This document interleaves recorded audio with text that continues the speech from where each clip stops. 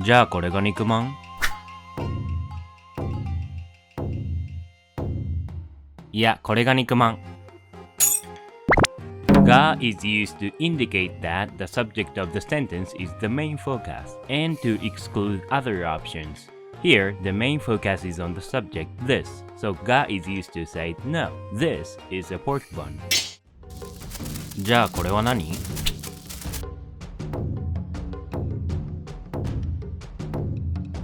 それはピザまん。When the main focus is on the object, you would use wa. Here, the main focus is on the object, pizza bun, and not the subject, that. You're establishing that you want to talk about the pizza bun. コーヒーと紅茶は好き？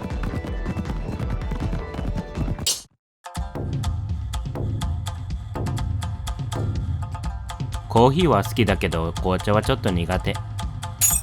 When you compare and contrast objects, you use wa. いつも仕事の後は何してるの？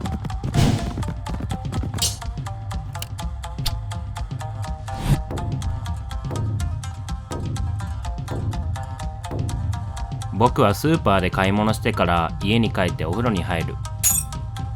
When the subject lasts until the end of the sentence, you would use wa.When it lasts only within the clothes, use ga instead. 空見て。